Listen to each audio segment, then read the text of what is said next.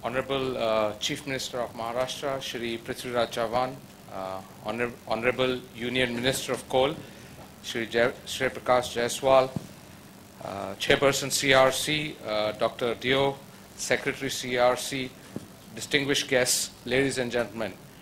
It's my pleasure to welcome you all at the Energy Conference 2001 being held in Mumbai today.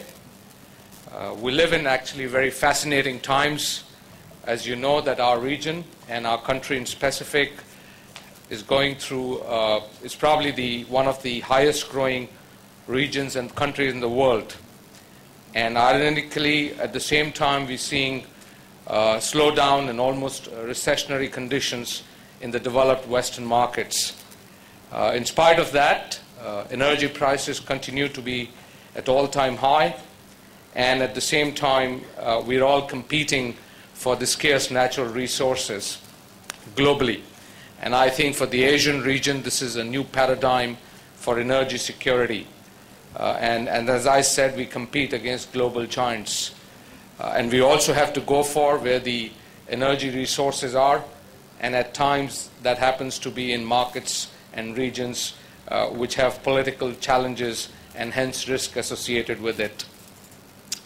With a growing economy, our energy needs are also growing at almost the same pace as the growth of our GDP, which is between 7 to 9%, which means that our investment requirements in the energy space, i.e. power, coal, gas, are extensive.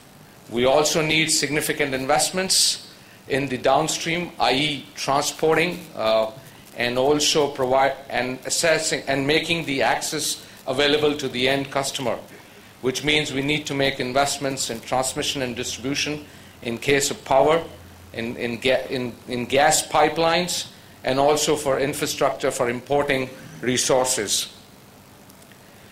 I guess we face a number of other challenges domestically in terms of ensuring these investments.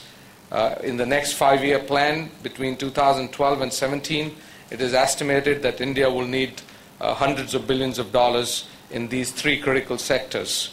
We also need access to superior technology and access to long-term funding, both debt and equity. And I guess to facilitate that, we need stable, consistent policy and regulatory framework.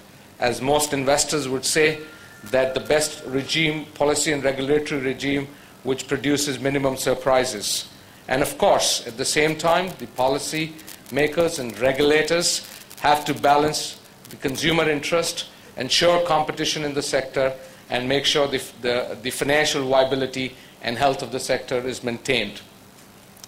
In this backdrop, the objective of this conference is to provide a platform for all stakeholders to basically exchange views and also understand directly from a number of senior policymakers and regulators who are present as to the direction of policy, regulation, and I guess for regulators and policymakers to get some feedback from the investors. So I sincerely believe that over the next 2 days, these interactions would be useful and would help in the overall process of evolving and developing our energy sector. Thank you very much and welcome again.